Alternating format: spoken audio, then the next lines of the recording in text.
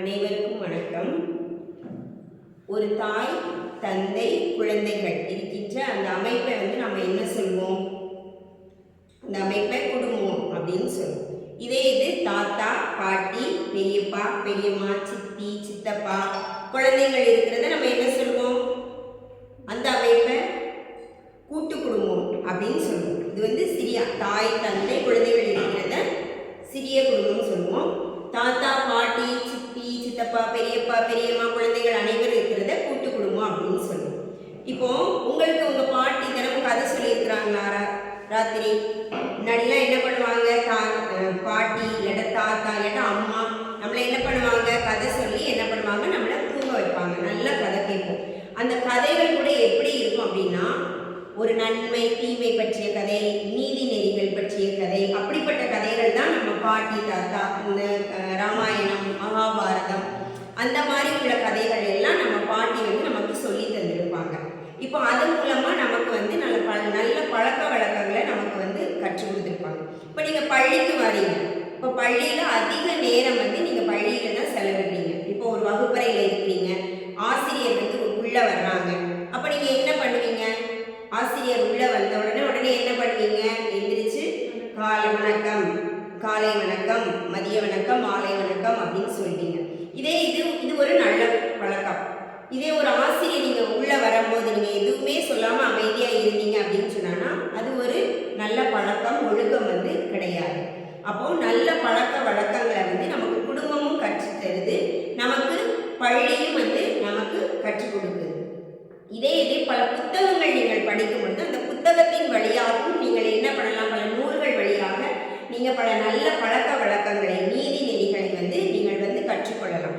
அதே மாதிரி தான் இந்த தமிழ் வகுப்பில் ஒரு ஆசிரியர் நன்னெறி அப்படிங்கிற ஒரு பாடலை நமக்கு கொடுத்துருக்கிறாரு. அந்த பாடத்தை இப்போ நம்ம பார்க்க போகிறோம்.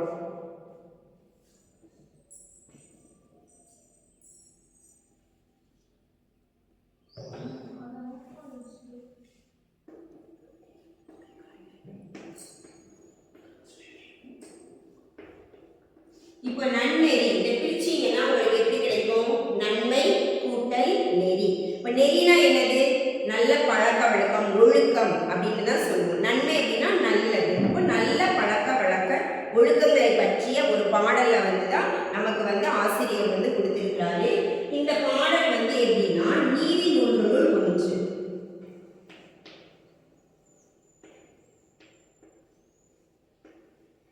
இந்த பாடல் எதுல இருக்குன்னா நீதி நூல்கள்ல இருக்கு. இதனுடைய ஆசிரியர் யார் அப்படின்னா சிவபிரகாச சுவாமிகள். ஒரு ஆசிரியர். இந்த பாடலுடைய ஆசிரியர் யாருன்னா சிவபிரகாச சுவாமிகள். இந்த பாடல் எப்படின்னா 40 வெண்பாக்கள், நேரிசை வெண்பாக்களை உடையது. 40 நேரிசை வெண்பாக்களை உடையது. இந்த வெண்பா அப்படின்னா அப்படின்னு சொன்னா பா என்றால் என்ன? பாடல், பாட்டு, அதைத்தான் சொல்லுவாங்க. வெண்பா அப்படிங்கும் போது அதுல வெண்பா, ஆசிரியப்பா, கலிப்பா, வஞ்சிப்பா, இந்த 4 பாக்களை உடையது. இதை நீங்க மேல் வகுப்புக்குள்ள போகும்போது நீங்க அதிகமா என்ன பண்ணுவீங்க? இந்த வெண்பாக்கள், பானா என்ன அப்படிங்கிறத கற்றுக்கொள்வீங்க. அப்போ இந்த பாடல் நீதி நூல்களுள் ஒன்று. இதனுடைய ஆசிரியர் யார் அப்படின்னா சிவபிரகாச சுவாமிகள். இது 40 நேரிசை வெண்பாக்களை உடையது அப்படின்னு சொல்லியிருக்கிறாங்க. இந்நூலினுடைய சிறப்பு அப்படின்னா இது பல நல்ல நீதி நெறிகளை நமக்கு கற்றுத் தருவது தான் இந்த நூலினுடைய சிறப்பு. சரி, இப்போ பாடலை பார்ப்போமா? இன்சொலால் அஞ்சி இருநீர் வியலுலகம், வன்சொலால் என்றும் மகிழாதே பொன்சை, அதிவளையாய் பொங்காது அழல் கதிரால் தன்னெண்ணன், கதிர் வரவால் பொங்கும் கடல். மீண்டும் ஒரு புறம் வாசிக்கிறேன் உங்களுக்கு. இன்சொலால் அஞ்சி இருநீர் வியலுலகம், வன்சொலால் என்றும் மகிழாதே பொன்சை, அதிவளையாய் பொங்காது அழல் கதிரால் தன்னன், கதிர் வரவால் பொங்கும் கடல். இப்போ இந்த பாடலினுடைய பொருள் பார்ப்போம். இன்சொலால் அப்படின்னா, இன்சொல் அப்படின்னா இனிமையான சொற்கள், ஒரு நல்ல சொற்கள். வகுப்பறையில நீங்க இருக்கிறீங்க, ஆசிரியர் பாடம் நடத்திட்டு இருக்காங்க. நீங்க பதில் சொல்றீங்க. பதில் சொன்னதுக்கு அப்புறம் ஆசிரியர் வந்து என்ன சொல்லுவாங்க, வெரி குட், சூப்பர், எக்ஸலன்ட் அப்படின்னு சொல்லுவாங்க. நன்று, மிக நன்று அப்படின்னு சொல்றாங்க. அப்ப நீங்க உங்களுக்கு எப்படி இருக்கும், ரொம்ப சந்தோஷமா இருக்கும். ஆசிரியர் வந்து இன்னைக்கு என்னை பாராட்டினாங்க, சூப்பர், வெரி குட் அப்படின்னு சொன்னாங்க அப்படின்னு.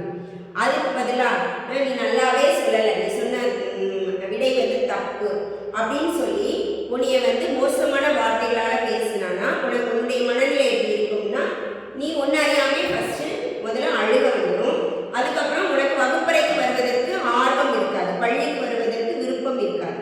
ஸோ ஆசிரியர் வந்து நல்ல வார்த்தைகளை வந்து உபயோகிக்கும் பொழுது உன்னுடைய மனதும் மகிழ்கின்றது, உனக்கு படிக்கக்கூடிய ஆர்வமும் உன்னுடைய பாடத்தில் வந்து அதிகமாக இருக்கிறது.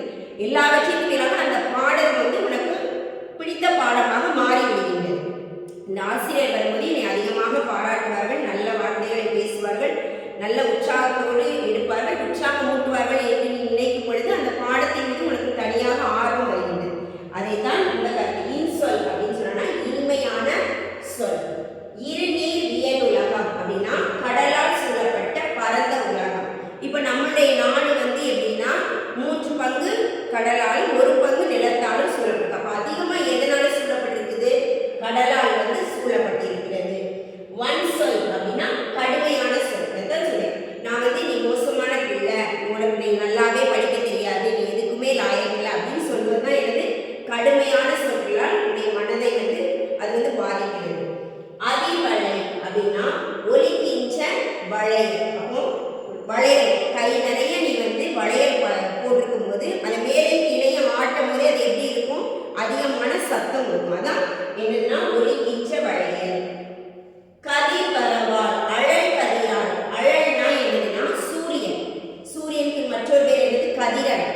அந்த கதிரவனுடைய வெப்பம் அழல் கதிர். தன்னன் கதிர் அப்படின்னு சொல்லினா குளிர்ச்சி பொருந்திய நிலா. இப்போ சூரியன்னா சூடு, வெப்பம் அப்படின்னு சொல்றோம். ஆனா நிலாவை எப்படி சொல்றாங்க அப்படின்னா குளிர்ச்சி பொருந்திய நிலாவின் ஒளி அப்படின்னு சொல்றாங்க. கதிர் வரவால் பொங்கும் கடல். இப்போ இன்சொல்லால் அஞ்சி இருநீர் வியனுலகம், அதாவது இந்த பரந்துபட்ட உலகம். கடல் வந்து எப்படி அப்படின்னா சூரியனுடைய கதிர் படம் பொழுது கடல் வந்து என்ன பண்ணாதான் பொங்காது. ஆனா அந்த குளிர்ச்சி பொருந்திய அந்த கதிரவினுடைய அந்த கதிர் படம் பொழுது, நிலாவினுடைய கதிர் படம் பொழுது அந்த கடல் வந்து என்ன பண்ணுமா, பொங்கும். எப்போ சூரியனுடைய கதிர் படும் போது கடல் வந்து பொங்காது. ஆனா அந்த குளிர்ச்சி பொருந்திய அந்த நிலாவினுடைய கதிர் படம் பொழுது அந்த கடல் வந்து என்ன பண்ணுதுன்னா பொங்குது. அது போல மனிதர்களுடைய மனங்கள் வந்து எப்படின்னா இன்சொல் கூறும் பொழுதுதான், இனிமையான சொற்கள் சொல்லும் பொழுதுதான் அந்த மனிதர்களுடைய உள்ளம் வந்து மகிழும். கடுமையான வார்த்தைகள், ஒன் சொல் அப்படின்னா கடுமையான வார்த்தைகள், அந்த கடுமையான வார்த்தைகள் சொல்லும் பொழுது மக்களுடைய மனம் வந்து மகிழாது. அதற்கு பதிலாக எப்படி காயமும் வெறுப்பு தான் வரும். அப்போ நம்ம இந்த உலகத்துல எப்படிப்பட்ட சொற்கள் பேச வேண்டுமா, இனிமையான சொற்களை, இன்சொல்லால் வந்து மக்களை வந்து மகிழ்விக்க வேண்டும் அப்படிங்கிற கருத்தை வந்து இந்த பாடலின் ஆசிரியர் வந்து சொல்றாரு. மீண்டும் ஒருமுறை இந்த பாடலை வாசிக்கிறேன். இன்சொல்லால் அஞ்சி இருநீர் வியனுலகம், ஒன் சொல்லால் என்றும் மகிழாதே பொன்செய், அதிர்வளையால் பொங்காது அழல் கதிரால் கண்ணன், கதிர் வரவால் பொங்கும் கடல். இந்த பாடலினுடைய கருத்தை நம்ம உள்வாங்கி கொண்டு நாமளே என்ன பண்ணணும், இந்த உலகத்துல நம்ம பார்க்குற மக்கள்கிட்ட என்ன பண்ணணும், நல்ல இனிமையான சொற்களை பேசி நம்ம மகிழ்விக்கணும். நன்றி.